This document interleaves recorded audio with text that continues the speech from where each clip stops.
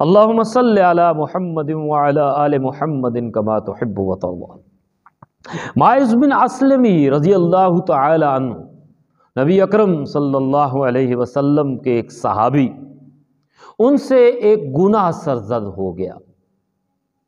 حضور کی خدمت میں حاضر ہوئے، کہا یا رسول اللہ مجھے زنا ہو گیا ہے، اب مجھے سنگسار کیجئے۔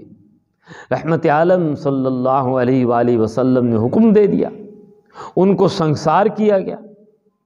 ان کے خون کے چھینٹے بعد صحابہ پہ پڑے۔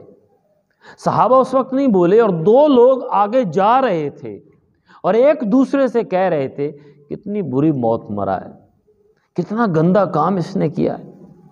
جس جگہ سے وہ گزر رہے تھے وہاں ایک جانور مرا ہوا پڑا تھا، گدھا۔ ان کو نہیں پتا تھا کہ اللہ کے نبی آپ پیچھے سے تشریف لا رہے ہیں۔ رحمت عالم صلی اللہ علیہ وسلم نے پیچھے سے آواز دی، آپ نے فرمایا رکو، وہ رک گئے۔ آپ نے فرمایا تم دونوں میں سے کون یہ مردہ گدھا خریدے گا اور اس کا گوشت کھائے گا؟ کہا یا رسول اللہ کمال کر رہے ہیں، ہم تو اس کو زندہ خرید کے بھی نہیں کھائیں گے، یہ اتنا بدبودار ہے۔